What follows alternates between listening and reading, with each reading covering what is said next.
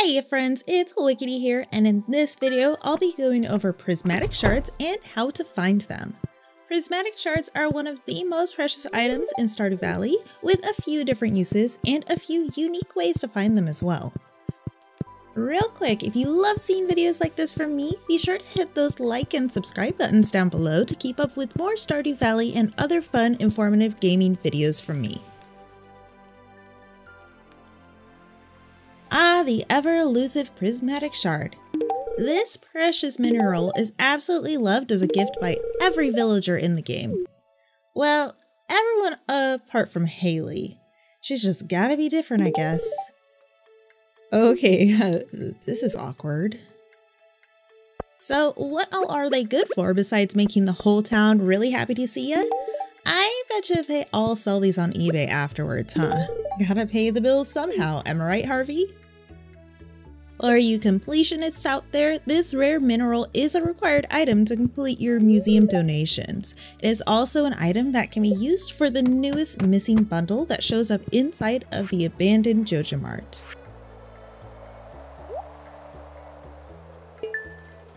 You can, of course, sell these for 2,000 gold a pop or 2,600 with the gemologist profession at mining level 10. If you are playing a multiplayer game, at the Traveling Merchant you can find the recipe for a wedding ring and use 1 prismatic shard and 5 iridium bars to craft it, giving you the option to propose to another player you are playing with. And yes, they can reject you.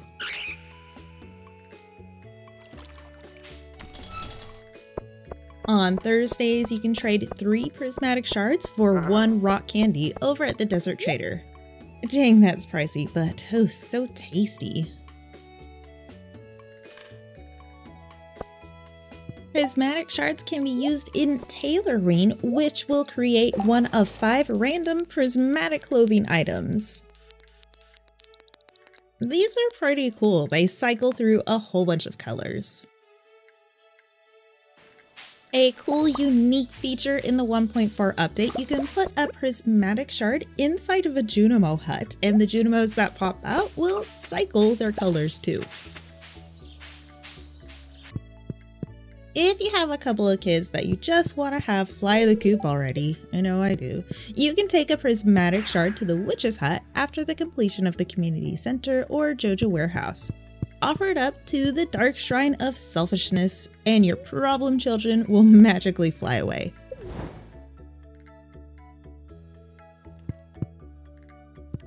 This option also unlocks a secret event involving an ancient doll as well. And the last use, which is probably the most common and most useful in my opinion, after you get the Dwarvish translation guide from donating all the Dwarvish scrolls to the museum, you can head to the graveyard and translate this headstone. Stand between the pillars 3 with a gift as precious as the sky, a rainbow forged from land, not sea, then galaxies will heed your cry. This message is referring to the 3 mysterious pillars in the northeast of Calico Desert and refers to a rainbow forged from land, not sea, so the rainbow shell won't work here. Bring a prismatic shard on over and, well, this happens.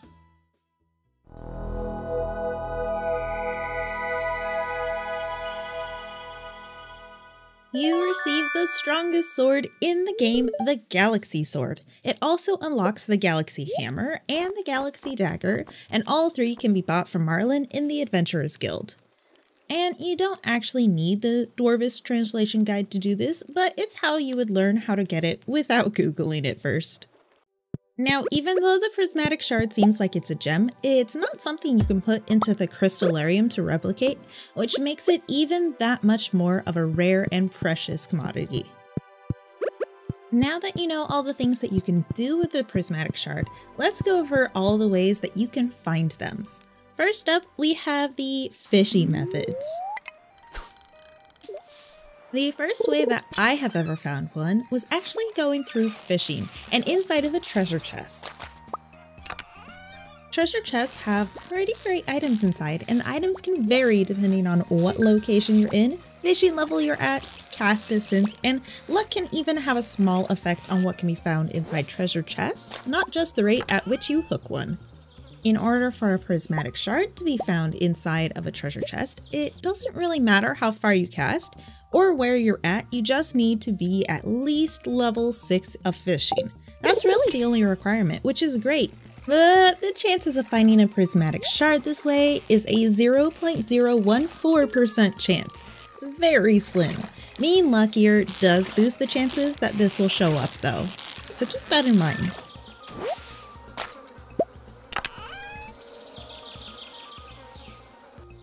Next up is another fishy sort of way to snag a prismatic shard. The 1.4 update introduced us to fish ponds, and with it, a potentially quicker way to get this precious mineral. Fish ponds don't really take much to build at all, and once summer rolls around, head on over to the river or up to the mountain lake and get a hold of some rainbow trout. The pond will only hold 3 of these fish to start, and after some time they will begin to make some demands. You'll need to fulfill their requests 3 times and get their population up to 9 or 10.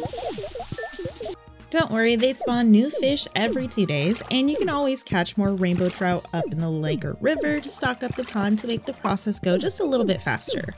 Once you meet the population requirements, there is a 0.1% chance that the item you harvest from them is a prismatic shard. Pretty cool.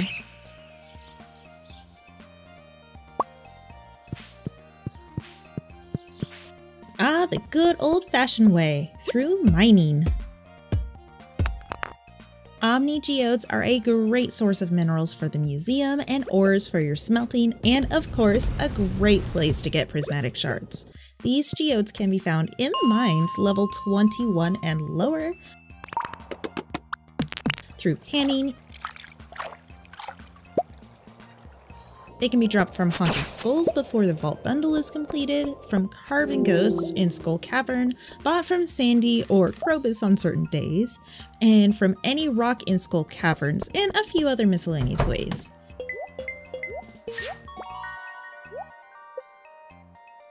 Take these geodes over to Clint and get to cracking. You have a 0.4% or 1 in 250 chance of finding a prismatic shard in one of these geodes.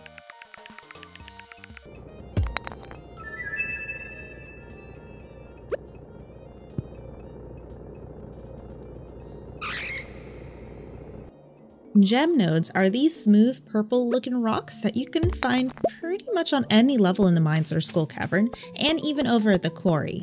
These gems will always give you one of these 8 precious stones, and if you're lucky, you might just get that prismatic shard you've been searching for. A little similar in appearance to the gem node, but a little bit more magical and of course harder to come across, the Mystic Stone is one you never want to pass up on. These stones show up in Skull Cavern, level 100 and lower in the mines, and over at the quarry if you're really lucky. It has the highest drop rate of giving you a prismatic shard out of this entire list, with a 25% chance, as well as a good chance at getting some Iridium Ore too. Iridium Ore Nodes can be found in Skull Cavern much more frequently the lower you go. If you are at level 10 of mining and have the Hilltop Farm or the Four Corners Farm, Iridium nodes can show up there as well. And they can also sometimes be spotted over at the quarry too. Chances aren't as good as the Mystic Stone, but Iridium nodes are much more common, with a 4% chance of giving you a prismatic shard. Sometimes you just gotta fight for what you want. Here are the ways you can get them through combat. Prismatic shards can drop as loot through combat, but keep in mind that luck does not affect the chance of rarer loot dropping from monsters. The only thing that can really up your chances is by equipping the burglar ring, and if you're looking for shards, I suggest keeping one handy. There are 2 monsters in the mines that always have a chance of giving you a prismatic shard as a drop, and that's the Shadow Shaman and the Shadow Brute.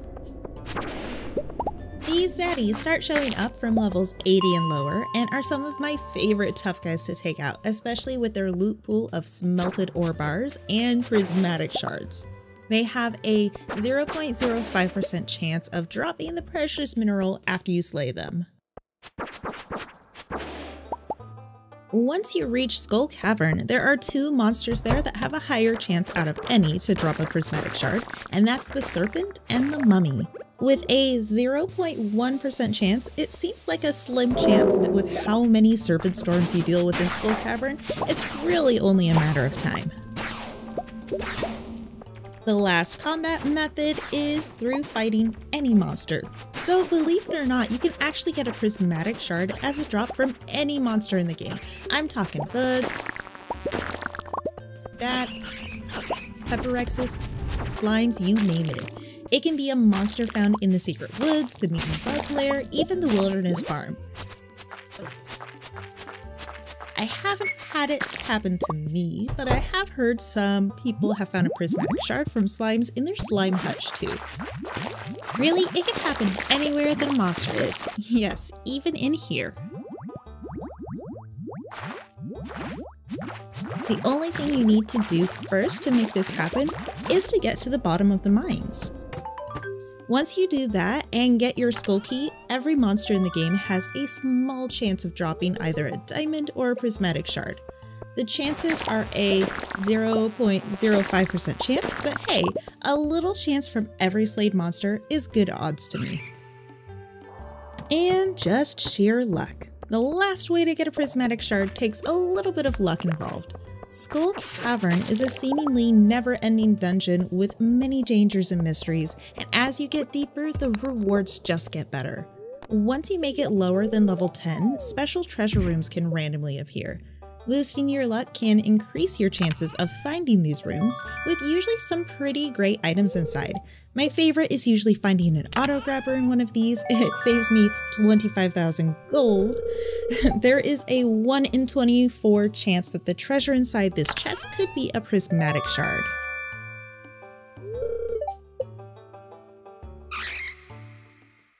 So, how did you find your very first prismatic shard? And if you haven't found one yet, which method on the list are you going to use to try and find one? What is your favorite way to use a prismatic shard too? I gotta say, I had some real luck finding shards on some of my farms, even on my first day in Skull Cavern from an Iridium node. Getting that galaxy sword is always a game changer for me and something I try my hardest to get done as soon as I get to the desert. Well friends, I hope this video has been helpful to you and maybe make it a little easier for you to find your shards. If it helped you out in any way, be sure to share with a fellow farmer, drop a like, and subscribe too. It really helps my channel grow and gets this info out to more people. I'm your friendly farming witch, Wickedy. Thank you so much for hanging out in the valley with me, and I will see you in the next one. Bye!